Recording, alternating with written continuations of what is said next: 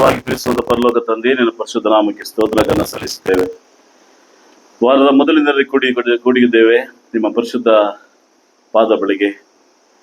ನಿಮ್ಮನ್ನಪ್ಪ ತಂದೆಯಿಂದ ಕರೆಯುವಂತ ಪುತ್ರ ಭಾಗ್ಯವನ್ನ ನಿನ್ನ ಮಗನಾದ ಯೇಸು ಕ್ರಿಸ್ತ ಮೂಲಕ ನಮಗೆ ಕೊಟ್ಟಿದ್ದ ಮಾತ್ರವಲ್ಲವೇ, ನಿನ್ನ ಮಗನಾದ ಯೇಸು ಕ್ರಿಸ್ತನನ್ನ ಆರಾಧಿಸುತ್ತಾ ಪರಿಶುದ್ಧವಾದಂಥ ವೇದ ವಾಕ್ಯಗಳನ್ನು ಧ್ಯಾನಿಸುತ್ತಾ ಮಗನ ಮೇಜಿನಲ್ಲಿ ನಾವು ಪಾಲ್ಗೊಳ್ಳೋದಕ್ಕೆ ನಮ್ಮನ್ನು ಕರೆದಕ್ಕಾಗಿ ಸ್ತೋತ್ರ. ಚಿಕ್ಕ ಮಂದೆಯಾಗಿದ್ರು ಸಹ ನಮ್ಮ ಜೊತೆಯಲ್ಲಿ ನಿಮ್ಮ ಪ್ರಸನ್ನತೆ ಇದೆ ಎಂದು ನಂಬುತ್ತಾ ತಲೆಬಾಗಿರದ ನಮ್ಮನ್ನು ಬಲಪಡಿಸಿ ನಡೆಸುವಂತನಾಗಿರಿ. ಯೇಸುವಿನ ನಾಮದಲ್ಲಿ ಬೇಡ್ತೇನೆ, ಜೀವಳ ತಂದೆ, ಆಮೇನ್. ಕ್ರಿಸ್ತನ ಪ್ರೇರೆ, ನಿಮ್ಮೆಲ್ಲರಿಗೂ ಯೇಸು ಕ್ರಿಸ್ತನ ನಾಮದಲ್ಲಿ ಹೊಂದಿಸಿಕೊಳ್ಳುತ್ತಾ, ನಮ್ಮ ಬಳಿಯಲ್ಲಿ ಚೆನ್ನೈ ಭಾಗದಿಂದ ಸೋದರ ಬಂದಿದ್ದಾರೆ. அவங்களுக்கு நான் வாழ்த்துக்களை சொல்கிறேன். சென்னை பக்கத்துலேருந்து சோதரர் வந்திருக்கிறாங்க. மதுமையில் தமிழ் பேச முடியும், ஓகேங்க. ஓகே. தேவன் நம்மளை இவ்வளவா அன்பு செலுத்தி இந்த புதிய நாளை அழுத்தி இருக்கிறார். அவர் ஆதரவுக்காக நம்ம கூடி வந்திருக்கிறோம். தேவனுக்கு நம்ம நன்றி சொல்லி அவருடைய மகனா இயேசு கிறிஸ்துடைய பந்தியில நம்ம பங்கெடுத்துக் கொள்வதற்காக வந்திருக்கிற எல்லாருக்கும் இயேசு கிறிஸ்து நாமத்தினாலே வாழ்த்து சொல்லி சில காரியங்களை நம்ம வாசிக்கலாம். ಕೆಲವು ವಿಷಯಗಳನ್ನ ನಾವು ನೋಡುವ. ಕ್ರಿಸ್ತಲ್ಲಿ ಪ್ರೇರೆ, ನಿನ್ನೆ ಮೊನ್ನೆಗಳಲ್ಲಿ ನೀವು ನೋಡಿರ್ಬೋದು, ದಿಢೀರ್ ಅಂತ ಒಂದು ತಮಿಳುನಾಡಿನಲ್ಲಿ ಒಂದು ಜಡ್ಜ್ ಒಂದು ನ್ಯಾಯ ತೀರ್ಪನ್ನ ಕೊಡ್ತಾರೆ. ಆ ನ್ಯಾಯ ತೀರ್ಪು ವಿಶೇಷವಾದಂತಹ ನ್ಯಾಯ ತೀರ್ಪಾಗಿ ಭಾರತ ದೇಶವೇ ಆ ನ್ಯಾಯ ತೀರ್ಪಿನ ಕಡೆ ಕಣ್ಣೆತ್ತಿ ನೋಡುವಂತ ರೀತಿಯಲ್ಲಿ ನಡೆದಿದೆ. ಎಲ್ಲರಿಗೂ ಗೊತ್ತಿರುವಂತ ವಿಷಯನೇ. ஒரு திடீரென்று தமிழ்நாடுல ஒரு நியாய தீர்ப்பு ஜட்ஜ்மெண்ட் வருது, நீங்க பார்த்துருக்குவீங்க. அந்த நியாய தீர்ப்பு பார்த்தோன்னா உலகமே, இந்தியாவே அந்த பக்கம் பார்க்குற போது ஒரு நல்ல ஒரு ஜட்ஜ்மெண்ட் வந்துச்சு. என்னன்னா 9 பேர் போலீஸ் அதிகாரிகளுக்கு என்ன தூக்கு தண்டனை கொடுத்தாங்க. ಕೇಳಿಪಟ್ಟಿங்களா? 9 ಜನ ಪೊಲೀಸ್ ಅಧಿಕಾರಿಗಳನ್ನ ಅವ್ರಿಗೆ ಗಲ್ಲು ಶಿಕ್ಷೆಗೆ ಅವರು ಅರ್ಹರು ಅಂತ ಹೇಳಿ ನ್ಯಾಯಾಧೀಶ ಒಂದು ನ್ಯಾಯವನ್ನ ಕೊಟ್ಟು ತನ್ನ ನ್ಯಾಯಾಲಯದಲ್ಲಿ ನ್ಯಾಯ ತೀರ್ಪನ್ನ ಕೊಟ್ಟು ತನ್ನ ಬರವಣಿಗೆಯಿಂದ ಬರೆದು ತನ್ನ ಪೆನ್ನಿನ ಮುಳ್ಳನ್ನ ಹೊಡೆದಿದ್ದಂತ ಕಾರ್ಯವನ್ನ ನೀವು ನೋಡಿರ್ಬೇಕು. ಯಾಕೆ ವಿಷಯವನ್ನ ಮಾತಾಡ್ತಿದ್ದೀನಿ ಪ್ರಿಯರಂದ್ರೆ, ಅಪ್ಪ ಮಗನ ಮರಣ ಅಲ್ಲಿ ಘೋರವಾದಂತ ಸಂದರ್ಭ, ಕೊರೋನಾದಲ್ಲಿ ನಡೆದಂತ ಸಂದರ್ಭ. ಅದಕ್ಕೆ ನ್ಯಾಯವನ್ನ ಕೇಳದಂತ ಅನೇಕ ಜನರ ಮಧ್ಯದಲ್ಲಿ ಆ ಕುಟುಂಬವೂ ಸಹ ಅದಕ್ಕೆ ಒಳ್ಳೆಯ ಜಡ್ಜ್ಮೆಂಟ್ ಸಿಕ್ಕಿದೆ.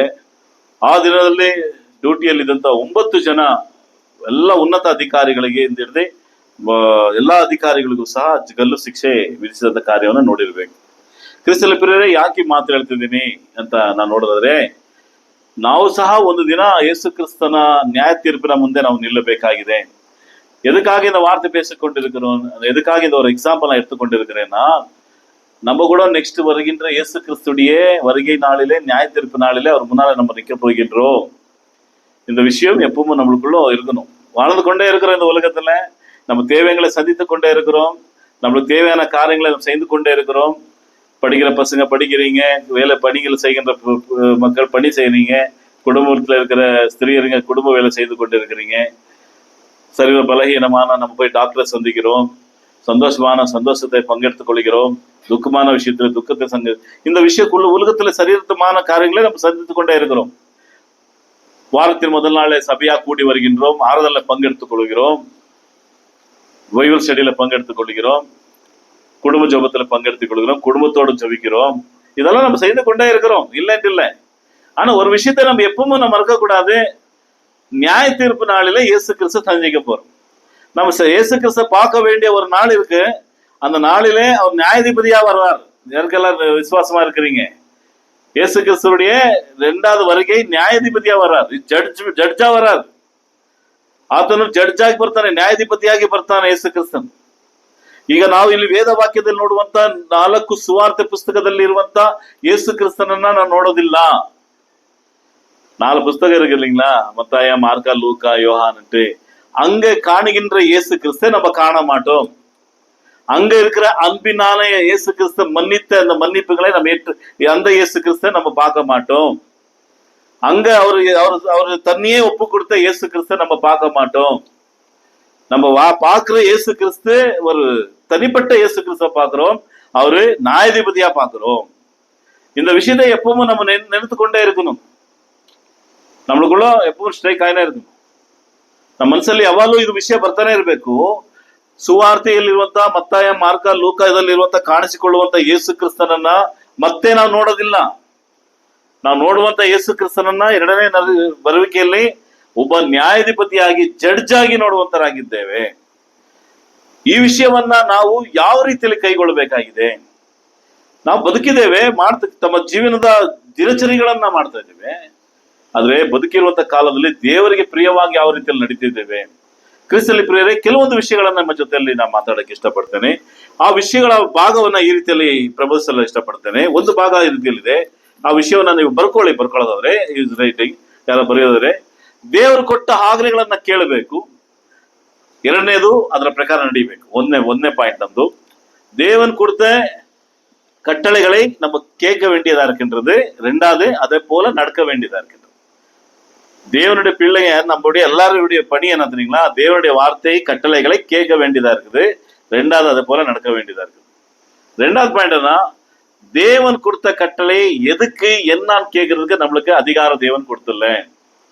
தேவன் ஏதோ சில அதிகாரங்களை நம்மளுக்கு சில கட்டளைகளை கொடுத்திருக்கிறாரு. அது எதுக்காக எனக்கு கொடுத்தாரு, ஏன் அதை நான் கடைபிடிக்கணும், எதுக்கு நான் செய்யணும்ன்ற ಅಧಿಕಾರ ನಮಗೆ ದೇವನ್ ಕೊಡ್ತಿಲ್ಲ. ದೇವನ್ ಕೊಟ್ಟಂತ ಆಜ್ಞೆಗಳನ್ನ ಕೊಟ್ಟಿದ್ದಾನೆ, ಅದಕ್ಕೆ ಪ್ರಶ್ನೆ ಕೇಳುವುದಕ್ಕೆ ನಮಗೆ ಅಧಿಕಾರ ದೇವನ್ ಕೊಟ್ಟಿಲ್ಲ. ಮೂರನೇದು, ದೇವರ ಆಜ್ಞೆಗಳನ್ನ ಮೀರಿ ನಡೆದರೆ ದಂಡನೆ ಖಂಡಿತ. ಅಷ್ಟೇ. தேவனுடைய கட்டளைகளை நம்ம கைகொள்ளாமல் நடந்தா கண்டிப்பா என்ன சந்திக்க போறோம்? தண்டனையை, தேவனுடைய கோபத்தை நம்ம சந்திக்க போறோம். இந்த மைண்ட்ல வச்சுக்கொண்டு நம்ம சில காரியங்களை இன்னைக்கு பார்க்கலாம். நம்ம எழுதின தேவனுடைய வார்த்தைக்கு நம்ம கடந்து செல்லலாம். யாக்கோபு 1 அதிகாரம் 22 ವಚನ ವಾಸಿக்கலாம். ಯಾಕೋಬ 1ನೇ ಅಧ್ಯಾಯ 22ನೇ ವಾಕ್ಯವನ್ನ ದಯವಿಟ್ಟು ಯಾರಾದ್ರೂ ಓದಬೇಕಾಗಿ, ಸ್ವಲ್ಪ ತಮಿಳಲ್ಲಿ ಯಾರಾದ್ರೂ ಓದಬೇಕಾಗಿ ನಾನು ಕೇಳ್ತೀನಿ ಸಹೋದರಗೋಸ್ಕರ. அல்லாஹ்வும் நீங்கள் உங்களை வஞ்சிக்காதபடி திருவாசகத்தை கேட்கிறவராக மட்டுமல்லாமல் அதன்படி செய்கிறவராக இருங்கள். ಕನ್ನಡದಲ್ಲಿ ಓದಿ. ಯಾಕೋಬ 1:22. ಅದನ್ನು ಕೇಳಲು ಮಾತ್ರ ಕ್ರಿಸ್ತಲ್ಲಿ ಪ್ರಿಯರೇ, ಯಾಕೋಬನು ಹೇಳ್ತಿದ್ದಾನೆ ಇಲ್ಲಿ, ವಾಕ್ಯದ ಪ್ರಕಾರ ನಡೆಯುವವರಾಗಿರಿ, ಅದನ್ನ ಕೇಳುವವರು ಮಾತ್ರವೇ ಆಗಿರುವುದು. ನಿಮ್ಮನ್ನು ನೀವು ಏನ್ ಮಾಡಬೇಡಿ, ಮೋಸಗೊಳಿಸಬೇಡಿರಿ. ಅಂಡರ್ಲೈನ್ ಮಾಡಿ ನಿಮ್ಮ ಬೈಬಲ್ ಅಲ್ಲಿ. ವಾಸಗத்தை என்ன பண்ணணுமா? தமிழ் என்ன சொல்லுது? வாசகத்தை மாற்றமல்ல, இதுதான் தேவனுடைய கட்டளை. முதலா கட்டளை இதுதான். தேவனுடைய வார்த்தையை நம்ம கேட்கிறோம், நல்லா கேட்கிறோம், இனிமையா கேட்கிறோம். கேட்கறதுக்காக தான் நம்ம கூடி வந்திருக்கிறோம். கேட்டுக்கொண்டே இருக்கு. நான் ஃபர்ஸ்ட் ஸ்டார்டிங்க சொல்லிட்டோம், ஜெபிக்கிறோம், ஆராதனை பங்கெடுத்துக் கொள்கிறோம், பைபிள் ஸ்டடியில பங்கெடுத்துக் கொள்கிறோம், குடும்ப ஜெபத்துல பங்கெடுத்துக் கொள்கிறோம், தேவனுடைய வசனத்தை வாசிக்கிறோம், காலைல ஒரு அதிகாரம், மாலையில ஒரு அதிகாரம் வாசிக்கிறோம், தேவனுடைய வசனங்களை வாசித்துக் கொண்டே இருக்கிறோம், தேவனுடைய வார்த்தைகளை கேட்டுக்கொண்டே இருக்கிறோம். ஆனால் என்னுடைய செயல்கள் எப்படியா இருக்கின்றது என்று பார்க்கிற போது, கேட்ட ವಚನದಪಡಿ ನಾನು ನಡೆದುಕೊಂಡು ಇರ್ಕರನ್ನ. இதுதான் தேவனுடைய ಕಟ್ಟಳೆ. ನಾವು ದೇವರ ವಾಕ್ಯವನ್ನು ಕೇಳ್ತಾನೆ ಇದೀವಿ ಪ್ರಿಯರೇ. ಆದರೆ ಒಂದು ಮಾತಿದೆ, ಯಾಕೋಬನು ಹೇಳ್ತಾನೆ, ದೇವರ ವಾಕ್ಯದ ಪ್ರಕಾರ ನಡೆಯುವವರಾಗಿ ಅದನ್ನ ಕೇಳುವವರು ಮಾತ್ರ ಆಗಿದ್ದು ನಿಮ್ಮನ್ನು ನೀವೇ ಏನ್ ಮಾಡ್ಕೊಳ್ಳಬೇಡಿರಿ, ಮೋಸಗೊಳಿಸಬೇಡ್ರಿ. ಇದು ತುಂಬಾ ಮೋಸಕ್ಕೆ, ದಂಡನೆಗೆ ಹೋಗ್ತೀರಿ ಅಂತ ಅರ್ಥ ಯಾಕೋಬ ಹೇಳ್ತಿದ್ದಾನೆ. ದೇವರ ವಾಕ್ಯದ ಪ್ರಕಾರ ನಾವು ನಡಿಲಿಲ್ಲ ಅಂದ್ರೆ ನಾವು ದಂಡನೆಗೆ ಗುರಿ ಆಗ್ತೀವಿ. ದೇವರ ವಾಕ್ಯದ ಪ್ರಕಾರ ನಾವು ಕೇಳದ ಮಾತ್ರಕ್ಕೆ ನಾವು ಸೀಮಿತವಾದ್ರೆ ದಂಡನೆಗೆ ಗುರಿ ಆಗ್ತೀವಿ. ನಿಮ್ಗೆ ಅರ್ಥ ಆಗ್ತಿದೆ ಅನಿಸ್ತದೆ? ದೇವರ ವಾಕ್ಯವನ್ನು ಎಷ್ಟರ ಮಟ್ಟಿಗೆ ನಾವು ಕೇಳ್ತೇವೆ, ಎಷ್ಟರ ಮಟ್ಟಿಗೆ ಅದರ ಪ್ರಕಾರ ನಡೀತೇವೆ. 2 ಕಾಲಮ್ ಇದೆ, 2 ವಿಷಯ ಇದೆ. ವಾಕ್ಯದ ಪ್ರಕಾರ ನಡೆಯುವವರಾಗಿರಿ, ಅದನ್ನ ಕೇಳುವವರು ಮಾತ್ರವೇ ಆಗಿದ್ದು ಅಂತ ಹೇಳ್ತಾನೆ. ಬರೀ ಅದನ್ನ ಕೇಳೋದಕ್ಕೆ ಮಾತ್ರ ಸಭೆಗೆ ಬರೋದು, ಕೇಳೋದಕ್ಕೆ ಮಾತ್ರ ಬೈಬಲ್ ಸ್ಟಡಿಗೆ ಬರೋದು, ಕೇಳೋದಕ್ಕೆ ಮಾತ್ರ ನಾನು ಕುಟುಂಬ ಪ್ರಾರ್ಥನೆಯಲ್ಲಿ ಕೂತ್ಕೊಳ್ಳೋದು, ಕೇಳೋದಕ್ಕೆ ಮಾತ್ರ. ತುಂಬಾ ಚೆನ್ನಾಗಿ ಹೇಳ್ತಾರೆ ಬ್ರದರ್, ಅವ್ರ ಬ್ರದರ್ ವಾಕ್ಯ ಕೇಳ್ತಾ ಇದ್ರೆ ಹಾಗೆ ತುಂಬಾ ಚೆನ್ನಾಗಿ 1 hour ಹೇಗೆ ಹೋಯ್ತು ಅಂತ ಗೊತ್ತಿಲ್ಲ. ಅಷ್ಟಕ್ಕೆ ಅಷ್ಟೇನ ಸೀಮಿತ ನಮಗೆ? ಎಷ್ಟು ಚೆನ್ನಾಗಿ ಹೇಳ್ತಾರೆ ಅಂದ್ರೆ ಬಿಡಿಯಾಗಿ ಹೇಳ್ತಾರೆ. ಹಳೆ ಒಡಂಬಡಿಕೆ ನಿದರ್ಶನಗಳನ್ನ ಹೊಸ ಒಡಂಬಡಿಕೆಗೆ ಹೋಲಿಸಿ ಮಾತಾಡ್ತಾರೆ. ತುಂಬಾ ಚೆನ್ನಾಗಿತ್ತು ಇವತ್ತು ಸಂಡೇ ಮೆಸೇಜ್, ತುಂಬಾ ಚೆನ್ನಾಗಿತ್ತು ಬೈಬಲ್ ಸ್ಟಡಿ. ಕೇಳಿದಿರಿ? ಪ್ರಾಕ್ಟಿಕಲ್.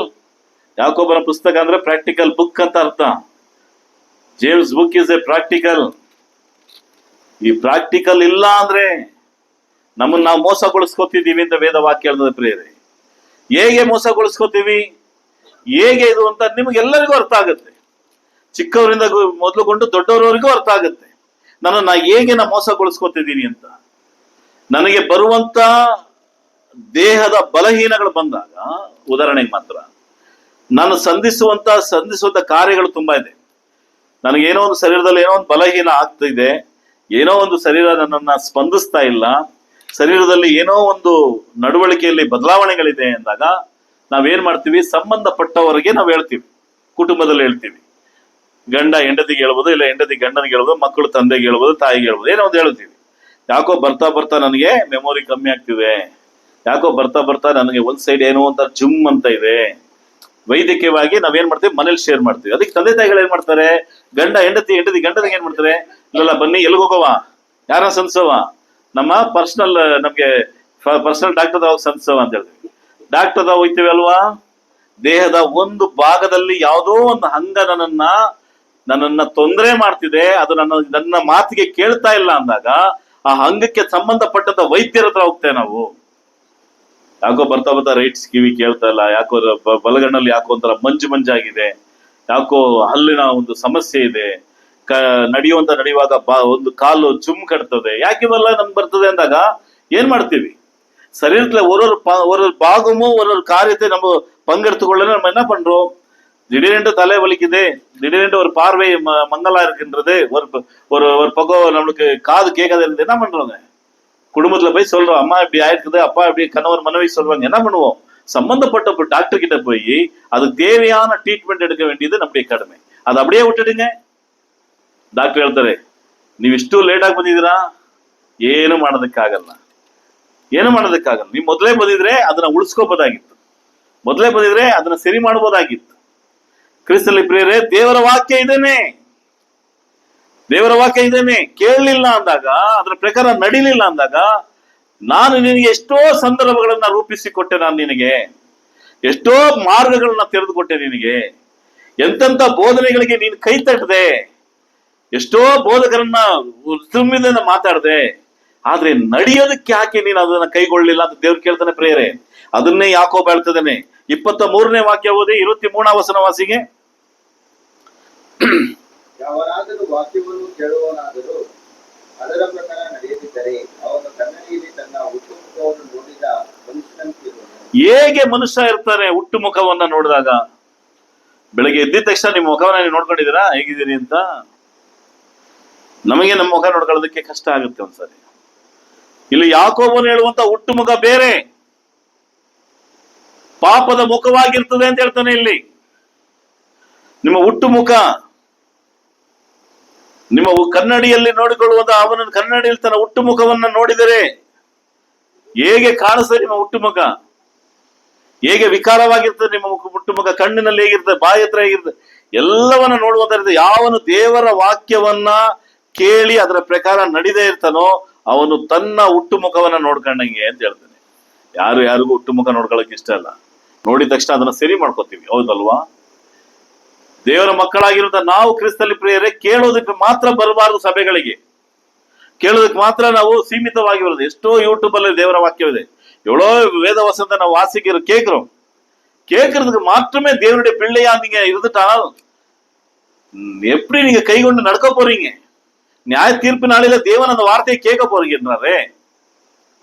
தேவன் கேட்கிற காரியத்துல, தேவனே எனக்கு நல்லா நான் கேட்டேன், அன்னைக்கு சொன்ன இல்லையா, அந்த ஊழியக்காரருடைய வார்த்தை ரொம்ப நல்லா இருந்துச்சு, ஏன் அது போல நடக்கல? நீனே ஒருத்தருக்கு அன்பு கூறுங்க சொன்ன அந்த வார்த்தையை நீங்க ஏற்றுக்கொள்ளல, கேட்கறது நல்லா இருந்துச்சு. மன்னிங்க சொன்னாங்க, ஏன் மன்னிக்கலன்னு கேட்கிறார் தேவன். ஒரு ಮೈಲಿ ಒಂದು ಮೈಲಿ ಬಾ ಅಂದ್ರೆ ಯೇಸು ಕ್ರಿಸ್ತನು ಹೇಳ್ತಾನೆ, ಎಷ್ಟು ಮೈಲಿ ಹೋಗಕ್ಕೆ? ಆತನ ಜೊತೆಯಲ್ಲಿ 2 ಮೈಲಿ ಹೋಗು ಅಂತ ಹೇಳ್ತಾನೆ. ಇದನ್ನ ಯಾಕೆ ನೀ ಮಾಡ್ಲಿಲ್ಲ ಅಂತ ಕೇಳ್ತಾನೆ ಯೇಸು ಕ್ರಿಸ್ತನ್. ಬೆಟ್ಟದ ಪ್ರಸಂಗದ 3 ಅಧ್ಯಾಯಗಳ ಪ್ರಶ್ನೆಗಳು ಕೇಳಿದ್ರೆ ಎಲ್ಲಾದ್ರೂ ಒಂದ್ ಕಡೆ ನಾವು ಬಿದ್ದೋಗ್ತೇವೆ. 3 ಅಧ್ಯಾಯ ಇದೆಯಲ್ಲ, ನನ್ನ ಯವನಸ್ಥರ ಟೀಚರ್ಸ್ಗಳಿಗೆ ಎಲ್ಲರೂ ಅದನ್ನ ಬರೆದು ಕ್ವಶನ್ಸ್ ಕೇಳಿ, ನಮಗೂ ಕೇಳಿ, ನಾವು ಫೇಲಿಯರ್ ಆಗಿ. மத்தாய மார்க்க லூக்கா எழுதுகின்ற மத்தாய் எழுதுகின்ற 3 அதிகாரம் இருக்குதுன்னா 5, 6, 7 மலை பிரசங்கத்துல அந்த வார்த்தைகள் எல்லாம் நீங்க ஒரு கொஸ்டனா போட்டு, அந்த கொஸ்டனுக்கு எனக்கு அந்த கொஸ்டின் போட்டால் நான் எந்த இடத்துல நான் எங்க ஃபெயிலியர் ஆகிறேன்னு பாருங்க, எந்த வார்த்தைக்கு நான் கீழ்ப்படியாத இருக்கிறேன்னு பாருங்க, எந்த வார்த்தைக்கு நான் அந்த வெறும் மலை பிரசங்கமாக தான் பேச போறேன். நான் அதான் ಮಾತ್ರ இன்னும் நிறைய விஷயங்கள் இருக்கு. ಕೇಳೋದಕ್ಕೆ ಮಾತ್ರ ಸೀಮಿತವಾಗಿರ್ಬಾರ್ದು ಪ್ರಿಯರೇ. ಕೇಳೋದು ಮಾತ್ರನೇ ಸಭೆಗೆ ನಾನು ಬರೋದಾದ್ರೆ ನಾನು ಏನ್ ಮಾಡ್ಕೋತಿದ್ದೀನಿ, ಮೋಸ ಪಡಿಸ್ಕೊತಿದ್ದೀನಿ ಅಂತ ಅರ್ಥ. என்னை நான் ஏமாத்திக் கொள்கிறேன். அந்த ஏமாற்று எது எங்க கொண்டு போத்தீங்களா? டாக்டர் சொல்றாரு பாருங்க, இன்னும் 2 நாள் முன்னால வந்தா நீங்க உங்களை காப்பாத்தி கொள்ளலாமா சொல்றாரு பாருங்க. 1 மாசம் பின்னால வந்தா நீங்க இது காப்பாத்தி கொள்ளலாம், அந்த வார்த்தைக்குள்ள நம்ம போயிடுவோம். ஒண்ணும் பண்ண முடியாது, 4th ஸ்டேஜ் போயிடுச்சுன்னு சொல்லுவாங்க. என் ஸ்நேகிதருடைய அண்ணாக்கு இப்படிதான் சொன்னாங்க ரீசெண்டா நடந்த கதை. அவர் எந்த விஷயம் வீட்டுல சேல் பண்ண மாட்டாங்க, எந்த விஷயம் சொல்லிக்கொள்ள மாட்டாங்க. பார்த்தா லங்ஸ் பூர்த்தி அவருக்கு 4 ஸ்டேஜ் கேன்சரா மாறிடுச்சு. அவங்க குடும்பத்துல அவ்வளவு அழுகுறாங்க. அவரு டேட்ஸ்ல சொல்லிட்டாங்க டாக்டர், அந்த மாதிரி சூழ்நிலை வந்துருச்சு. அதுக்காகவே அவருடைய ஒரே மகனுடைய கல்யாணம் பார்க்கணும்னு சொல்லி கல்யாணம் கூட நடத்தி வச்சார் போன மாசம். எதுக்கு இந்த வார்த்தையை நான் சொல்லிக்கிறேன், நம்ம ஷேர் பண்ண, நம்ம அதை பத்தி சொல்லனா, அதை பத்தி நடக்கலன்னா நம்ம ஸ்டேஜுக்கு எங்க போய் நிக்கிறதுன்னு பாருங்க. தேவனுடைய வார்த்தையை கேட்கறது மட்டும் அல்லங்க, தேவனுடைய வார்த்தையை கீழ்ப்படிந்து அதை போல நடக்க வேண்டியதா இருக்கின்றது. பவுல் தெசலோனிக்க சபையாருக்கு எழுதுகின்ற ஒரு வார்த்தையை நம்ம பார்க்கலாம். அதுக்கு முன்னால ஒரே ஒரு வசனத்தை நான் உங்களுக்கு ரெஃபர் பண்றேன். ரோமர் எழுதிங்க 2வது அதிகாரம் 11வது வசனம். ರೋಮರ್ 2வது அதிகாரம் 11வது ವಚನ. ಯಾರನ್ನ ವಾಸಿಗೆ? ರೋಮದವರಿಗೆ ಬರೆದ ಪತ್ರಿಕೆ 2ನೇ ಅಧ್ಯಾಯ 13ನೇ ವಾಕ್ಯ. ಇಲ್ಲಿ ಯೂದರ ಅಪರಾಧಗಳ ಬಗ್ಗೆ ಪೌಲನು ಬರಿತಾ ಇದ್ದಾನೆ. யூதருடைய கட்டளை, அவங்க தப்பான காரியங்களை பத்தி இந்த 2வது அதிகாரத்தை சொல்லிக் கொண்டு வரப்போது. 13வது வசனம் வாசிங்க. பிரமாணத்தை கேட்கிறவர்கள் தேவனுக்கு முன்பாக நீதிமான்கள் அல்ல, நியாய பிரமாணத்தின்படி செய்கிறவர்களோ நீதிமான்களாக்கப்படுவார்கள். நியாய பிரமாணத்தை பற்றி கேட்கிறவங்க யார் இல்ல? நீதிமான் அல்ல என்றார் தேவன். இஸ்ரேல் மக்களுக்கு சொல்லுகின்ற வார்த்தை இது. அதை ரோமருடைய சபையில பவுல் எழுதுகின்றார், அங்க இருக்கிற யூத மக்களுக்கு எழுதுகிறார். இன்னைக்கு அதே வாசத்தை தான் நம்மளுக்கு. நீ நீதிமான ஆகணும்னா, நீ நீதிமான் என்று சொல்லுகிறோம் தேவன் சொல்லணும்னா, நீ நீதிமானா போல நடக்கணும்னு சொல்லுகின்றால் என்ன செய்யணுமா? கேட்குது மட்டுமல்ல, என்ன பண்ணும்? என்ன சொல்றது வசனம்? செய்கிறோம், ಅದು போல ನಡ್ಕணும், ಅದರ ಪ್ರಕಾರ ನಡಿಬೇಕು. ವೇದವಾಕ್ಯ ಇರ್ತದೆ, ಧರ್ಮಶಾಸ್ತ್ರ ಕೇಳಿದ ಮಾತ್ರದಿಂದಲೇ ಯಾರು ದೇವರ ಸನ್ನಿಧಿಯಲ್ಲಿ ಏನಾಗೋದಿಲ್ಲ, நீதிவந்தராகுதில்ல. யாரு கூட தேவனுடைய வார்த்தை கேட்கறதுனால, சபைக்கு வர்றதுனாலையும், ஃபர்ஸ்ட் ஸ்டேஜ் சேர்ல உட்கார்றதுனாலையும், அதிகமான காணிக்கை தசமமாக மீறி காணிக்கை கொடுக்கறதுனாலையும், எதனாலையும் நீங்க நீதிமான் ஆக முடியாதுங்க. தேவனுடைய வார்த்தை கீழ்ப்படிஞ்சு நடக்கணும். ವಾಕ್ಯ ಇರ್ತದೆ, ಧರ್ಮಶಾಸ್ತ್ರವನ್ನು ಮಾತ್ರದಿಂದ ಯಾರು ದೇವರ ಸನ್ನಿಧಿಯಲ್ಲಿ ನೀತಿವಂತರಾಗುವುದಿಲ್ಲ, ಅದನ್ನು ಅನುಸರಿಸುವವರೇ ಏನಾಗಿರ್ತಾರೆ? ನೀತಿವಂತರಾಗಿರ್ತಾರೆ. ಯಾರದು ಅನುಸರಿಸಬೇಕು? ಯಾರಿಗೆ ಧರ್ಮಶಾಸ್ತ್ರ ಕೊಡಲ್ಪಟ್ಟಿದೆಯೋ ಅವ್ರು ಅನುಸರಿಸಬೇಕು. ಈಗ ಯಾರಿಗೆ ಹೊಸ ಒಡಂಬಡಿಕೆ ಕೊಡಲ್ಪಟ್ಟಿದೆಯೋ ನಾವು ಅನುಸರಿಸಬೇಕಾಗಿದೆ. ನಾವು ಅನುಸರಿಸಬೇಕಾದಂತ ಆದಿಯಲ್ಲಿದ್ದೇವೆ ಪ್ರಿಯರೇ. ಬರೀ ಕೇಳೋದಕ್ಕೆ ಸೀಮಿತವಾಗಿದ್ರೆ, ಕೇಳೋದಕ್ಕೆ ಮಾತ್ರ ಇದ್ರೆ ಈ ಲೋಕದಲ್ಲಿ ಬೇಕಾದ್ರೆ ಮೆಚ್ಚುಗೆಯಾದ ಪದಗಳನ್ನು ನಾವು ಪಡೆದುಕೊಳ್ಳಬಹುದು. இந்த கேட்கறது மாற்றம் இருந்தா இந்த உலகத்துல அதிகமான பேர் புகழுக்கு நம்ம பெற்றுக்கொள்ளலாம். தேவன்கிட்ட நீதிமானன் பெற்றுக்கொள்ளணும்னா நம்மளுக்கு தெரியலைங்களா? அநேக நீதிமான்கள் வேதவசனத்தை வாசிக்கணும். ಅನೇಕ ನೀತಿವಂತರಿದ್ದಾನೆ. ಮಳೆಯನ್ನೇ ಕಾಣದೆ, ಆ ಮಳೆ ಹೇಗಿದೆ ಅಂತ ನೋಡದೆ, ದೇವರು ಹೇಳಿದಂತ ಒಂದೇ ಒಂದು ಕಟ್ಟಳೆಗೆ ಆತನು ನಾವೆಯನ್ನು ಕಟ್ಟಿದ. ಅವನೇ ನೋವ ನಾವೆಯನ್ನು ಕಟ್ಟುವಾಗ 120 ವರ್ಷಗಳು ನಡೆದಾಗ, ಅವತ್ತು ವೇದವಾಕ್ಯದ ಎಬ್ರಿಯರ ಪುಸ್ತಕದಲ್ಲಿ ನೋವನ ಬಗ್ಗೆ ಹೇಳುವಾಗ ಆತನು ಸುವಾರ್ತೆಯನ್ನು ಸಾರಿದ ಅಂತ ಹೇಳ್ತಾರೆ. ಏನ ಸುವಾರ್ತೆ ಸಾರಿರಬಹುದು? ದೇವರು ಈ ಲೋಕವನ್ನ ನಾಶಪಡಿಸ್ತಾನೆ, ದೇವರು ಈ ಲೋಕವನ್ನ ಏನ್ ಮಾಡ್ತಾನೆ? ಸಮೃದ್ಧಿಯಾಗಿ ಏನ್ ಮಾಡ್ತಾನೆ? ಜಲಪ್ರಳಯದಿಂದ ಸಮೃದ್ಧಿಯಾಗಿ ನಾಶ ಮಾಡ್ತಾನೆ. ನೀವೆಲ್ಲರೂ ನಾವೇ ಒಳಗಡೆ ಸೇರ್ಕೊಳ್ಳಿ ಅಂತ ಕೇಳ್ತಾನೆ. ಆಗ ಅಲ್ಲಿರೋರು ಏನ್ ಪ್ರಶ್ನೆ ಕೇಳಿರ್ತಾರೆ? ಜಲಪ್ರಳಯ ಅಂದ್ರೆ ಏನು, ಮಳೆ ಅಂದ್ರೆ ಏನು, ಅದನ್ನ ಎಕ್ಸ್ಪ್ಲೈನ್ ಮಾಡಪ್ಪ ನೀನು. ಮಳೆ ಅಂದ್ರೆ ಇದನ್ನಂತೆ ಎಕ್ಸ್ಪ್ಲೈನ್ ಮಾಡೋದ ನೋವನು ಹೇಳಿದ್ರೆ, ನೋವ ಹೇಗ್ ತಾನೇ ಹೇಳಿರಕ್ ಸಾಧ್ಯ? உங்களுக்கு புரியுதா? இப்போ நோவா பேழையை கட்டும் போது அந்த மக்களுக்கு சுவிசேஷம் சொன்னாருன்ட்டு எபிரேயர் புஸ்தகத்தை சொல்லப்படுது 11ஆம் அதிகாரத்துல. என்ன சுவிசேஷத்தை சொன்னாரு? அங்க இருக்கிற மக்களுக்கு தேவன் அளிக்கிறார் மழையனால, தேவன் ஜலத்தினால இந்த உலகத்தை அளிக்கிறாரு, நீங்க எல்லாம் வந்து பேழைக்குள்ள சேர்ந்துக்குங்கன்றாரு. அங்க இருக்கிற மக்கள் லட்சம் மக்கள் இருந்தாங்க அங்க. அவங்க யாரும் கேட்கலீங்களா நோவாவே? ஜலப்பிரளயம் சொல்றியா அது என்ன, மழைய சொல்றியா அது என்ன, ஒரு சாம்பிள் காமி, அதை பத்தி நம்மளுக்கு தெரியப்படுத்தினா நோவா எப்படிதான் தெரியப்படுத்த முடியும்? நோவா என்ன சொல்லியிருக்காருன்னு நீங்க நினைக்கிறீங்க? பரம தேவனுடைய வார்த்தை சொல்லப்பட்டிருக்குது, அவ்வளவுதான். என்ன மழை எப்படி வருது காமி, ஜலப்பிரளயம் எப்படி இருக்குது காமி சொல்றதுக்கு எனக்கு சக்தி இல்லை, என்னால முடியாதது. ஆனா தேவனுடைய வார்த்தையின்குள்ள என்ன சொல்லப்பட்டிருக்குதுன்னா, தேவன் இந்த உலகத்தை ஜலத்தினால் அழிக்கப்படுறீங்க, யாரெல்லாம் இந்த பேழைக்குள்ள வர்றான் அவன் ரட்சிக்கப்படுறீங்கன்னு தேவன் சொல்லியிருக்கிறார். நீ வரதானா வா, அவ்வளவுதான் ನೋವಾವುடைய ಟೀಚಿಂಗ್. ನೋವಾ ಬೋಧನೆ ಅಷ್ಟೇ ಪ್ರಿಯರೇ. ನನಗೆ ಜಲಪ್ರಳಯ ಹೇಗಿದೆ ಸ್ಯಾಂಪಲ್ ತೋರಿಸು, ಹೇಗ್ ಬೀಳ್ತದೆ ತೋರಿಸು. ಯಾರು ನೋಡಿಲ್ಲ, ಮಳೆನೇ ಗೊತ್ತಿಲ್ಲ. ಗೊತ್ತಾ ನಿಮಗೆ? ಅಲ್ಲಿವರೆಗೂ ಮಳೆ ಅನ್ನೋದೇ ಗೊತ್ತಿಲ್ಲ ಯಾರಿಗೂ. ದೇವರ ಲೋಕದಲ್ಲಿ ಮಳೆನ ಬಿಡುವುದೇ ಶಾಪದಿಂದಲೇ, ನಾಶ ಮಾಡೋದಕ್ಕಿಂತಲೇ. ಇದು ಅದಕ್ಕಾಗಿ ಅದನ್ನು ನೀತಿವಂತನ ಹೇಳಲ್ಪಟ್ಟ. ದೇವರ ನಂಬಿ ನಾವೇನ ಕಟ್ಟದ. ಅವ್ರು ಎಂಟು ಜನ ಅವ್ರ ಜೊತೆಲಿದ್ದ ಅವ್ರ ಮಡತಿ ಮಕ್ಕಳು ಅದನ್ನ ಸೊಸೆಂದ್ರಿಗೆ ಹೇಳಿದ್ರಿಂದ ಅವ್ರಿಗೆ ನೀತಿವಂತರಾದ್ರು. ಇವತ್ತು ನನಗೆ ಏನಾದ್ರು ನೀವು ತೋರಿಸಿ, ಸ್ಯಾಂಪಲ್ ತೋರಿಸಿ ಬ್ರದರ್ ಇಲ್ಲಿ ಅಂದ್ರೆ, ನಾನು ಯಾವ್ದು ಮಿರಾಕಲ್ ಮಾಡೋದಕ್ಕೆ ಆಗೋದಿಲ್ಲ ಪ್ರೇರ. ಇವತ್ತಿಗೆ ನನಗೆ ವಾಕ್ಯದ ನಿಮಿತ್ತ ಮಾತ್ರ ಹೇಳೋದಕ್ಕೆ ಸಾಧ್ಯ. ನಾನು ಪ್ರಾರಂಭದಲ್ಲಿ ಕ್ರಿಸ್ತನ ಸಭೆ ಪ್ರಾರಂಭಗೊಂಡ ಸಂದರ್ಭದಲ್ಲಿ ಪವಿತ್ರಾತ್ಮನ ಮೂಲಕ ಮಾಡಲ್ಪಟ್ಟಂತ ಅನೇಕ ಅದ್ಭುತ ಕಾರ್ಯ ಸೂಚಕಗಳು ಇವತ್ತು ನಿಮ್ಮ ಮನೆ ಮಾಡೋದಕ್ಕೆ ಸಾಧ್ಯ ಇಲ್ಲ.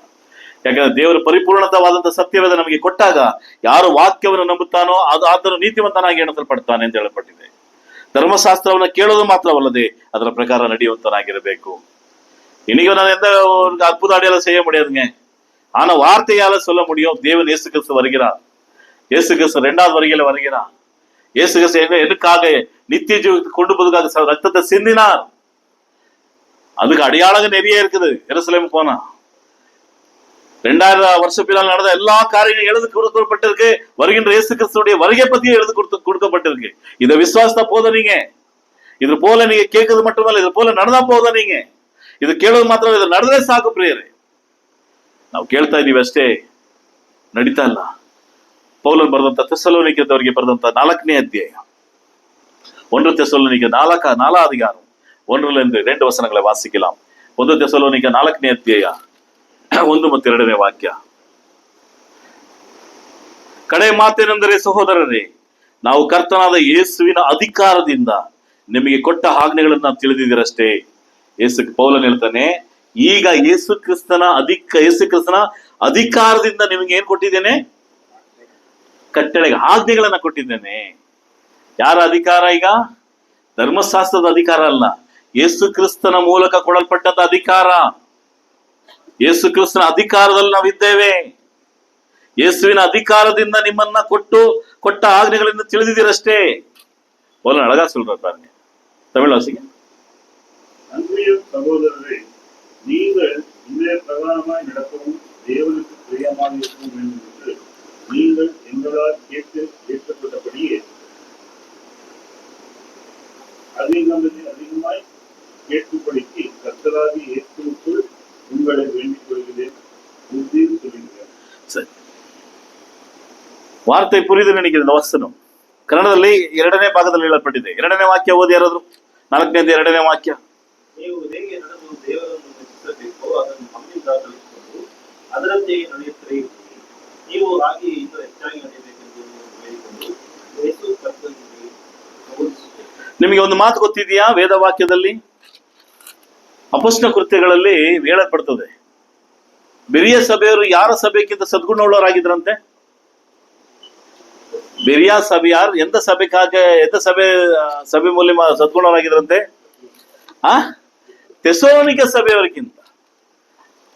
ಅಪೊಸ್ತಲ ಕೃತ್ಯಗಳು ಸುಮ್ಮನೆ ಅದೊಂದು ಉದಾಹರಣೆ ಮಾತ್ರ. ಏನಕ್ಕೆ ಅಂತ ಇಲ್ಲಿ ಹೇಳ್ತೀನಿ.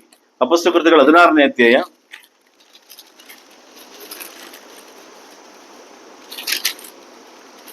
17ನೇ ಅಧ್ಯಾಯ 11ನೇ ವಾಕ್ಯ. ಯಾರು ಓದಿ? ಉದಾಹರಣೆಗೆ ಮಾತ್ರ, ಎಕ್ಸಾಂಪಲ್ ಮಾತ್ರ.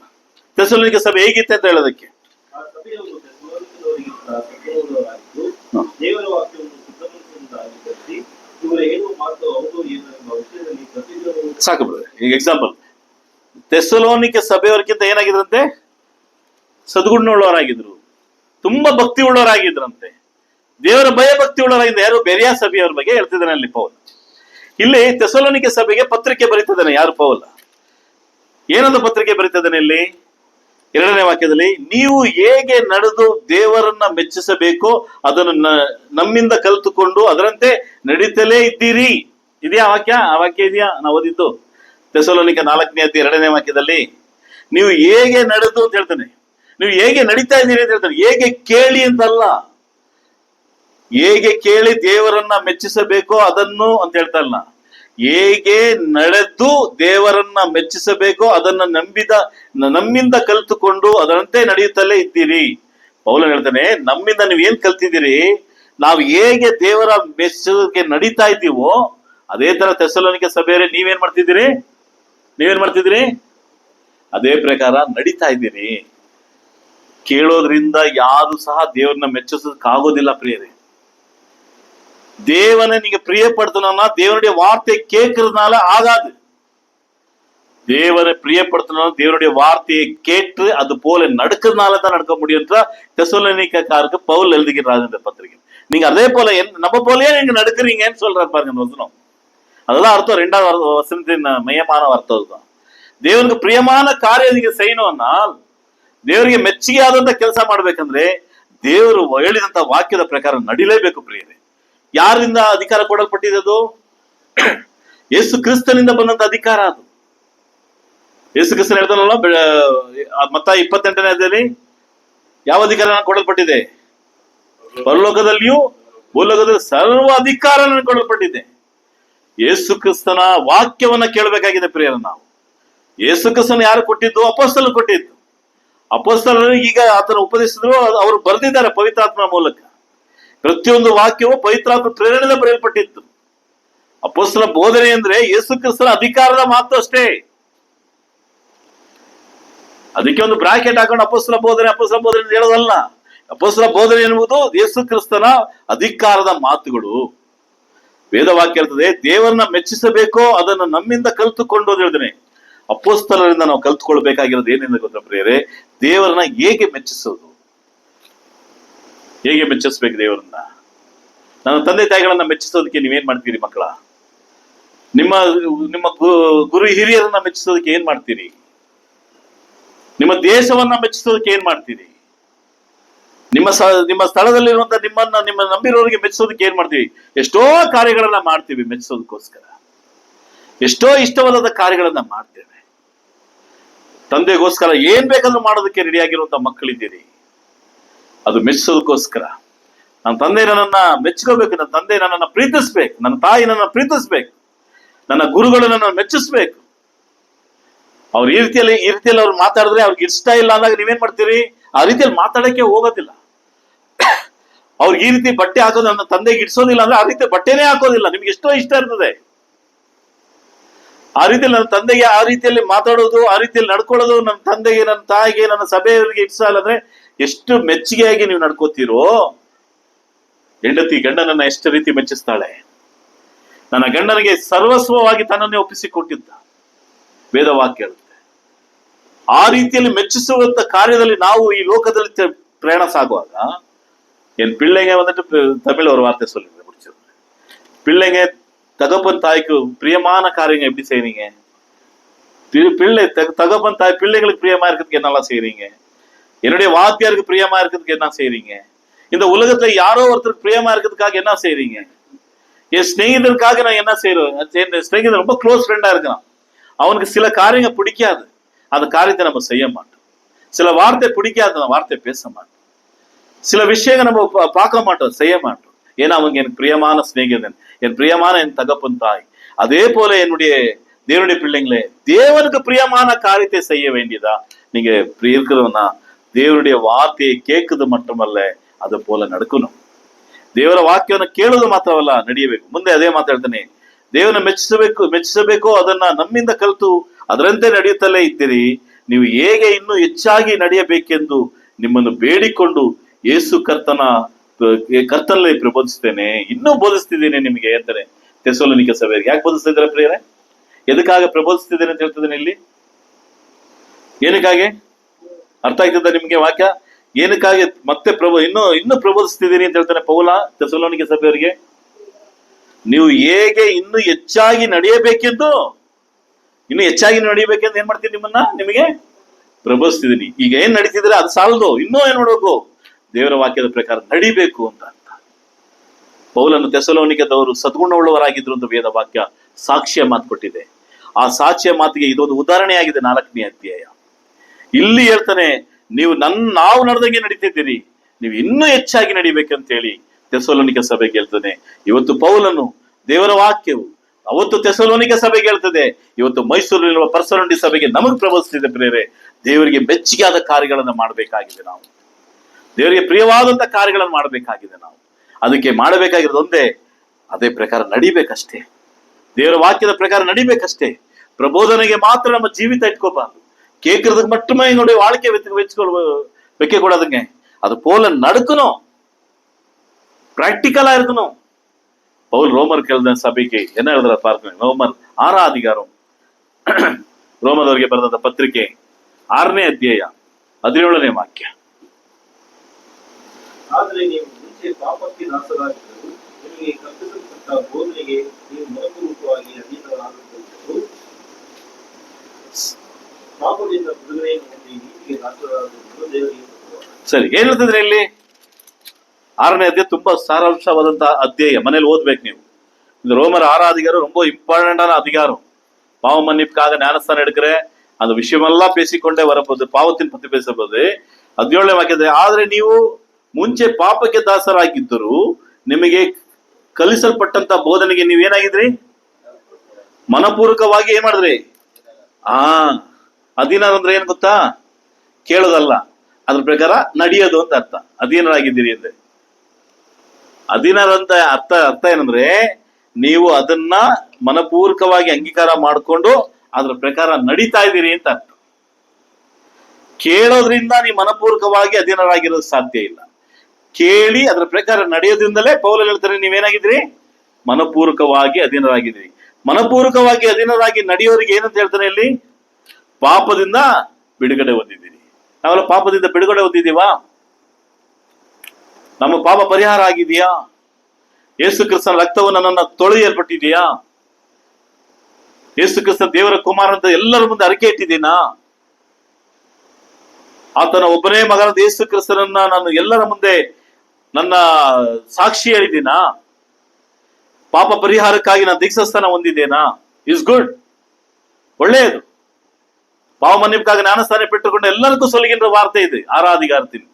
நான் அவருடைய வார்த்தையே போதலை கேட்டு அது மனப்பூர்வಕமாக ಇಟ್ಟುಕೊಂಡೇನು ಕನ್ನಡದಲ್ಲಿ இந்த ವಾರ್ತೆಗೆ சொல்லப்படுது. ಮನಪೂರ್ವಕವಾಗಿ ಅಧೀನನಾಗಿದ್ದೇನೆ ಅಂತ ಹೇಳ್ತಾನೆ. ದೀಕ್ಷಾಸ್ಥಾನ ಹೊಂದಿದ್ರೆ ಮಾತ್ರ ಸಾಲದು ಪ್ರಿಯರೇ. ಸಭೆಯಲ್ಲಿದ್ರೆ ಪ್ರತಿ ವಾರ ಬರೋದ್ರಿಂದ ಸಾಲದು. ಅದನ್ನ ಏನ್ ಮಾಡ್ಬೇಕಂದ್ರೆ ಅಧೀನರಾಗಿರ್ಬೇಕು. ನಾವು ಅದಕ್ಕೆ ತಲೆ ಬಾಗ್ಬೇಕು. ಅಧೀನ ಅಂದ್ರೆ ನಾವು ಅದ್ ಬಿಟ್ಟು ಎಲ್ಲೂ ಹೋಗ್ಬಾರ್ದು ಅಂತ ಅರ್ಥ. ಶಿಕ್ಷೆಗೆ ಒಳಗಾದವ್ರು ಏನಾಯ್ತು, ಶಿಕ್ಷೆ ಒಳಗಾದವ್ರಿಗೆ ಏನ್ ಮಾಡ್ತಾರೆ ಬ್ರದರ್? ಇನ್ಯಾವ ಕಾರಣಕ್ಕೂ ಅವ್ರ ಹೆಂಡತಿ ಮಕ್ಕಳನ್ನ ಮನೆಯನ್ನ ಅವನ ಆಸ್ತಿನ ಏನ್ ಮಾಡಕ್ಕಾಗಲ್ಲ, ನೋಡೋದಕ್ಕೆ ಸಾಧ್ಯನೇ ಇಲ್ಲ. ಅವನು ಡೈರೆಕ್ಟ್ ಆಗಿ ಎಲ್ಲಿ ಹೋಗ್ತಾನೆ, ಆ ನಿರ್ಧರಿಸಿದ ದಿನಕ್ಕೆ ಗಲ್ಲುಗೆ ಕಂಬಕ್ಕೆ ಆ ಒಂದು ಪನಿಷ್ಮೆಂಟ್ಗೆ ಹೋಗಿ ನಿಂತಾನೆ. ನಾವು ವೇದ ವಾಕ್ಯಕ್ಕೆ ಅಧೀನರಾಗಿದ್ದೇವೆ ಅಂದ್ರೆ ದೇವರಿಗೆ ಮೆಚ್ಚುಗೆ ಆಗಿದ್ದೇವೆ ಅಂತ. ನಮಗೆ ಕಲಿಸಲ್ಪಟ್ಟಂತ ಬೋಧನೆಗೆ, ನಮ್ಗೆ ಯಾವ ಬೋಧನೆ ಕಲಿಸಿದ್ಯೋ ಆ ಬೋಧನೆಯನ್ನ ನಾವು ಮನಪೂರ್ವಕವಾಗಿ ನಾವು ಅಂಗೀಕಾರ ಮಾಡ್ಕೊಂಡಿದ್ದೀವಾ? ಹಂಗಾದ್ರೆ ನಾವು ದೇವರ ವಾಕ್ಯವನ್ನ ಕೈಗೊಂಡು ನಡೆಯಬೇಕಾಗಿದೆ ಪ್ರಿಯರೇ. ಪೌಲನು ಬರೆದ ತಿಮೋತಿಗೆ ಬರೆದಂತ ಪತ್ರಿಕೆಯಲ್ಲಿ ನೋಡ್ಕೊಳ್ಳೋರು. ತಿಮೋತಿಗೆ ಹೇಳಿದ್ರೆ ವಚನಗಳ ವಾಸಿಕಲ. ತಿಮೋತಿಗೆ ಹೇಳಿದ 2வது ಪತ್ರಿಕೆ, ತಿಮೋತಿಗೆ ಬರೆದಂತ 2ನೇ ಪತ್ರಿಕೆ 1ನೇ ಅಧ್ಯಾಯ 13ನೇ ವಾಕ್ಯ. 2 ತಿಮೋತಿ 1th அதிகாரம் 13th ವಚನ. ನೀನು ಕ್ರಿಸ್ತನಲ್ಲಿ ನಂಬಿಕೆಯು ಪ್ರೀತಿಯುಳ್ಳವರಾಗಿ ನನ್ನಿಂದ ಕೇಳಿದ ಸತ್ಯಬೋಧನೆಯ ವಾಕ್ಯವನ್ನು ಮಾದರಿ ಮಾಡಿಸಲು ಅನುಸರಿಸು.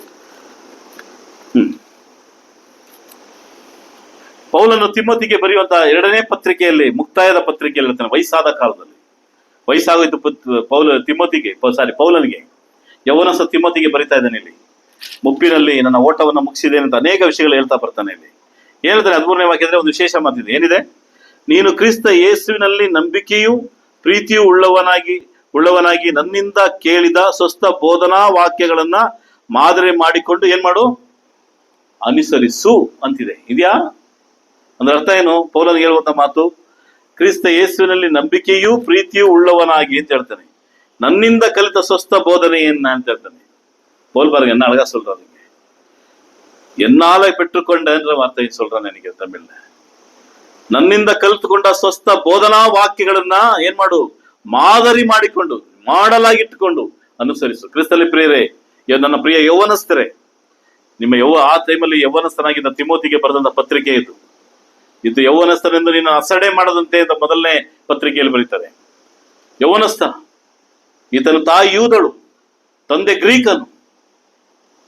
ಇವತ್ತ ತಾಯಿಗೂ ಈತನ ಅಜ್ಜಿಗಿದ್ದಂತ ವಿಶ್ವಾಸ ಈತನಿಗಿತ್ತು ಅಂತ ಈ ಪತ್ರಿಕೆ ಪ್ರಾರಂಭದಲ್ಲಿ ಪೌಲನು ಬರೀತಾನೆ. ತಿಮೋತಿಗೆ ಹೇಳ್ತಾನೆ, ನಿನ್ನ ನಂಬಿಕೆಯನ್ನ ನಿನ್ನ ಅಜ್ಜಿಯಲ್ಲಿಯೂ ನಿನ್ನ ತಾಯಿಯಲ್ಲ ನೋಡಿದೆ ಅಂತ ಹೇಳ್ತಾನೆ. ಅದೇ ನಂಬಿಕೆ ಉಳ್ಳಂತ ತಿಮೋತಿಗೆ ಹೇಳ್ತಾನೆ, ಆ ತಿಮೋತಿಗೆ ನನ್ನ ಮಗನೇ ಅಂತ ಕರೀತಾನೆ. விசுவாசத்தை உன் தகப்பனுக்கு தாய்கிட்டே ஒரு பாட்டிக்கிட்டே நான் பார்த்தே சொல்றாரு பவுலிங்க. அந்த திமோத்திக்கு சொல்றாரு இந்த வார்த்தை 13ஆம் வசனத்தை நீங்க வாசிக்க தமிழ்ல, ನೀನು ಕ್ರಿಸ್ತ ಯೇಸುವಿನಲ್ಲಿ ನಂಬಿಕೆಯೂ ಪ್ರೀತಿಯೂ ಉಳ್ಳವನಾಗಿ ನನ್ನಿಂದ ಕಲಿತಾ ಅಂತ ಹೇಳ್ತಾನೆ. ಕ್ರಿಸ್ತನ ಪ್ರಿಯರೇ, ಅಪೊಸ್ತಲರಿಂದ ನಾವು ಕಲ್ತಂತ, ಪೌಲನಿಂದ ಕಲ್ತಂತ ಈ ಸ್ವಸ್ಥ ಬೋಧನೆಗೆ ಪೌಲ ಹೇಳ್ತಾನೆ, ತಿಮೋತಿಗೆ ಹೇಳ್ತಾನೆ, ಬೋಧನಾ ವಾಕ್ಯಕ್ಕೆ ಮಾದರಿ ಮಾಡಿಕೊಂಡು ನನ್ನ ಅನುಸರಿಸು. ಕೇಳ್ಬೇಕ್ರಿ, ಕೇಳೋದು ಮಾತ್ರ ಸೀಮಿತವಾಗಿದ್ರೆ ನಡೆಯೋದು ಯಾವಾಗ? ನಾವು ಅದ್ರ ಪ್ರಕಾರ ನಡೆಯೋದು ಯಾವಾಗ? ದೇವರ ಲಾ ಬೇರೆ, ದೇವರ ಕಟ್ಟಳೆ ಬೇರೆ. ನಾನು ಪ್ರಾರಂಭದಲ್ಲಿದೆ, ಇವತ್ತು ದೇವರ ಕಟ್ಟಳೆ ಆಜ್ಞೆಗಳಿಗೆ ನಾವು ಅನುಸರಿಸಿ ನಡಿಲೇಬೇಕು. ಇದು ನಡಿಲಿಲ್ಲ ಅಂದ್ರೆ ಹೇಗೆ ಬ್ರದರ್? ಇದನ್ನ ನಾವು ಮಾಡ್ಲೇಬೇಕಾ? ಇದು ನಮಗಲ್ವಲ್ಲ ಅಂತ ನೀವೇನೇ ಪ್ರಶ್ನೆಗಳನ್ನ ಹಾಕೊಂಡು ಬದುಕಿದ್ರೆ ನ್ಯಾಯ ತೀರ್ಪಿನ ದಿನದಲ್ಲಿ ಯೇಸು ಕ್ರಿಸ್ತನ ಮುಂದೆ ನಿಲ್ಲಬೇಕಾಗಿ ಬರ್ತದೆ. ಒಂದು ಸಂದರ್ಭನ ಹೇಳಿ ಮುಗಿಸ್ತೇನೆ. ಇದಕ್ಕೆ ಒಂದು ಉದಾಹರಣೆಯಾಗಿ ಅರಣ್ಯಕಾಂಡ 15ನೇ ಅಧ್ಯಾಯ ನಂಬರ್ಸ್ 15. ಈಗ ತಾನೇ ನಾವು ಸಹೋದರ ಓದಿದ ಸ್ಕ್ರಿಪ್ಟ್ ರೀಡಿಂಗ್ ಅಲ್ಲಿ ಇಲ್ಲಿ ಒಂದು ಘಟನೆ ನಡೀತದೆ. ಏನ್ ನಡೀತು? ಯಾರೋ ಓದಿ. ಅರಣ್ಯಕಾಂಡ ನಂಬರ್ಸ್ தமிழ்ல என்னாகும் 15 அதிகாரம் 32 சில வசனங்களை வாசிக்கலாம்.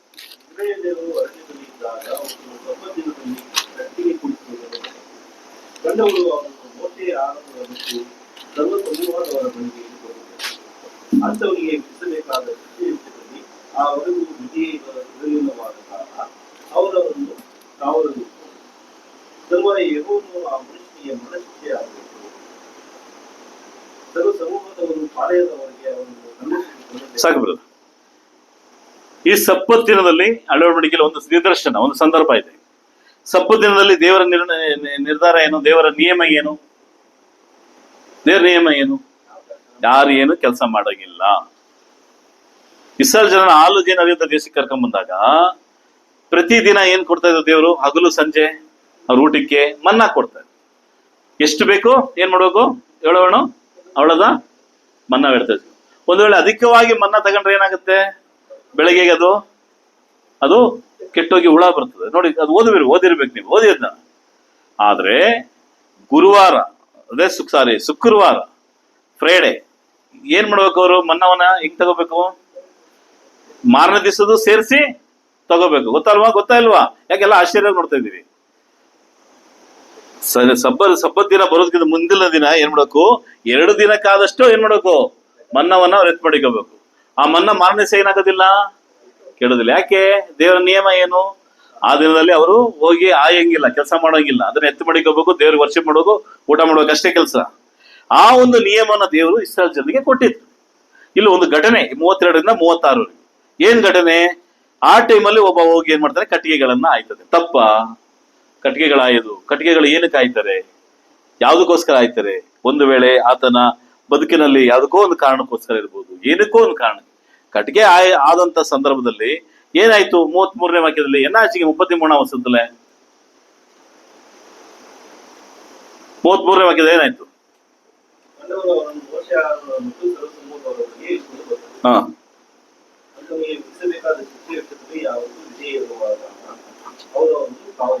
ದೇವರು ಒಂದು ನಿಯಮ ಕೊಟ್ಟಿದ್ದಾರೆ. ಆ ನಿಯಮನ ಮೀರಿ ನಡೆದ್ಬಿಟ್ಟ. ಅವನು ಏನ್ ಮಾಡ? ಕಟ್ಟಿಗೆಗಳನ್ನ ಆದ್ಬಿಟ್ಟ. ಅವ್ರನ್ನ ಯಾರದ ಕರ್ಕೊಂಡ್ ಬಂದ್ಬಿಟ್ರು? ಮೋಶೆ ಆರೋನ್ ಅದಕ್ಕೆ ನಾಯಕರಾದಂತ ಮೋಶೆನ ಆರೋನ್ ಅಂತ ಬಿಟ್ಬಿಟ್ರು. ಈಗ ಮೋಶೆ ಆರೋನ್ ಏನ್ ಮಾಡ್ಬೇಕು? ಈಗ ಅವನ್ಗೆ ಏನ್ ಮಾಡ್ಬೇಕು? ಒಂದು ದಂಡನೆ ಕೊಡಲೇಬೇಕು. ಯಾಕಂದ್ರೆ ಸಬ್ಬತ್ ದಿನದಲ್ಲಿ ಕೆಲಸ ಮಾಡ್ದ. ಆದ್ರೆ ದೇವರು ಕೆಲಸ ಮಾಡಬಾರ್ದು ಅಂತ ಮಾತ್ರ ಹೇಳಿದ್ರು.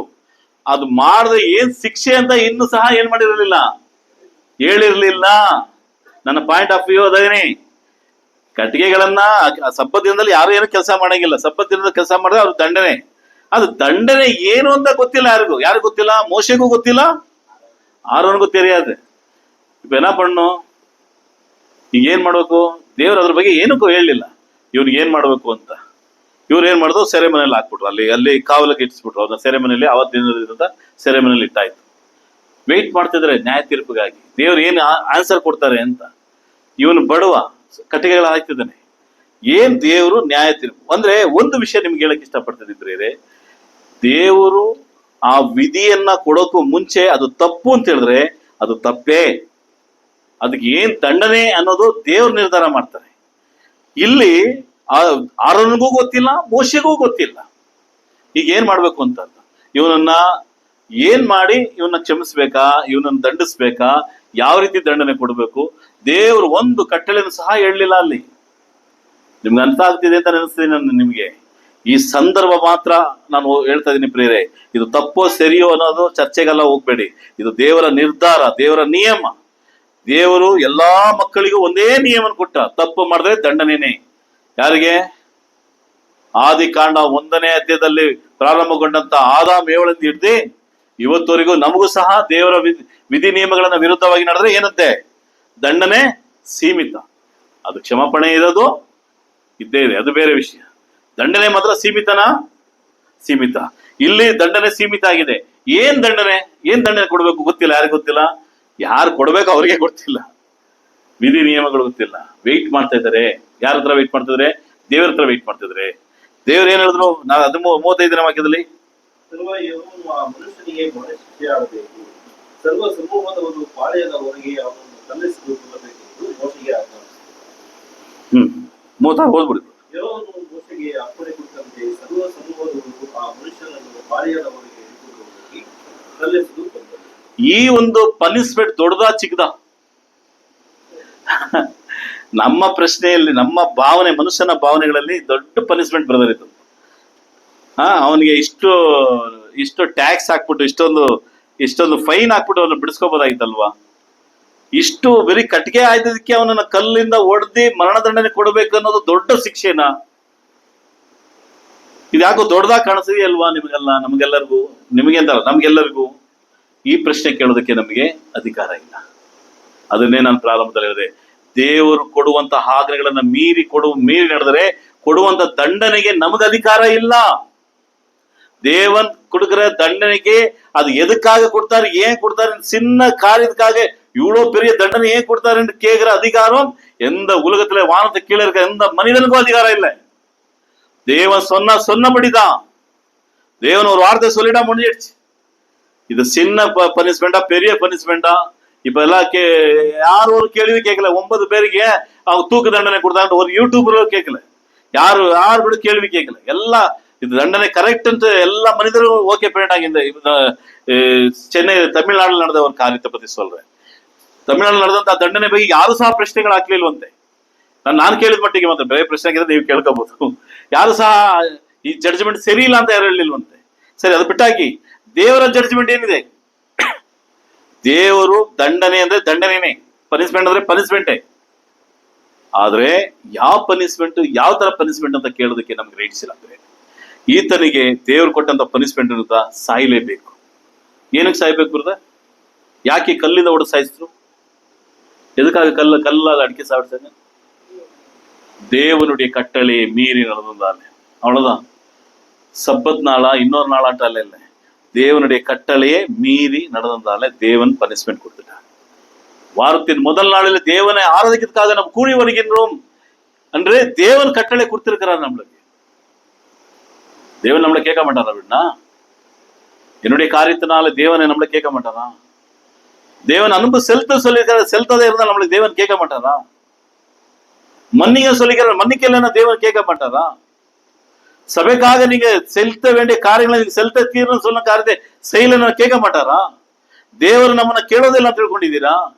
ನಾವು ಕೃಪೆಯ ಕಾಲದಲ್ಲಿ ಇದ್ದೇವೆ ಅಂತ ಮಾತ್ರಕ್ಕೆ ಬೆನ್ನು ತಟ್ಕೊಂಡಿರ್ಬೇಡಿ. ದಂಡನೆನೇ. ಯಾವಾಗ ಯೇಸು ಕ್ರಿಸ್ತನ ಬರ್ತಾನೆ ಅಂತ ಗೊತ್ತಿಲ್ಲ, ಯಾವತ್ತು ನಮ್ಮ ಮರಣದ ದಿನವಂತನೂ ಗೊತ್ತಿಲ್ಲ. ಲಕ್ಷಾಂತರ ಜನ ಸಾಯ್ತಾ ಇದ್ದಾರೆ, ನಮ್ಮ ಕಣ್ಣು ಮುಂದೆ ನೋಡ್ತಾ ಇದ್ದೀವಿ. ದೇವರ ಕೃಪೆಯಿಂದ ಇವತ್ತು ನಾವು ಆರಾಧನೆಗೆ ಕೂಡಿ ಬಂದಿದ್ದೇವೆ ಪ್ರಿಯರೇ. ನಾಳೆ ಹೇಗಿದೆ ಅಂತ ನಮ್ಮೆಲ್ಲರಿಗೂ ಸಹ ಗೊತ್ತಿಲ್ಲ. ಆದ್ರೆ ನಾಳೆ ನ್ಯಾಯ ತೀರ್ಪು ದಿನ ಆದ್ರೆ, நாளைக்கு நியாய தீர்ப்பு நாளில் ஆனால் என்னுடைய சூழ்நிலை என்ன? வலது பக்கத்தில் நிற்கிற ஒருவனும் நீதிமான் என்று நிர்ணயிக்கப்படுகிறான், இடது பக்கத்துல இருக்கிற ஒருவனையும் தண்டனைக்கு பங்கெடுத்துக் கொள்கிறான் இயேசு கிறிஸ்து சொல்றார் மத்தேயுல. இன்னைக்கு நம்ம நினைக்கலாமா, ಇವತ್ತು ನಾವು ನೆನೆಸವಾ, ನಾನು ಬಲ ಪಕ್ಕದಲ್ಲಿ ನಿಂತಿನ ನ್ಯಾಯ ತೀರ್ಪಿನ ದಿನದಲ್ಲಿ, ಎಡ ಪಕ್ಕದಲ್ಲಿ ನಿಂತಿನ ನ್ಯಾಯ ತೀರ್ಪಿನ ದಿನದಲ್ಲಿ. ಹಾಗಾದ್ರೆ ದೇವರ ವಾಕ್ಯವನ್ನ ಕೇಳಿ ಮಾತ್ರ ಯಾರು ದಯವಿಟ್ಟು ಸಭೆಯಿಂದ ಹೋಗ್ಬೇಡಿ. ಏನ್ ಮಾಡೋಕೆಲ್ಲರೂ ದೇವರ ವಾಕ್ಯದ ಪ್ರಕಾರ நடிவராகிறோம். தேவனுடைய வார்த்தை கேட்ட பிரதர் ரொம்ப நல்லா இருந்துச்சு, வசனம் பயமா இருந்துச்சு, அதெல்லாம் வெறுப்பாக, அவ்வளவுதான். அது போல தேவன் வசனத்து போல நம்ம கீழ்ப்படிஞ்சால் கண்டிப்பா தேவன் எங்களை ஆஸ்வதிப்பார். இந்த வாய்ப்பை கொடுத்த தேவனுக்கு சபைக்கு நன்றி சொல்லி முடிக்கிறேன்.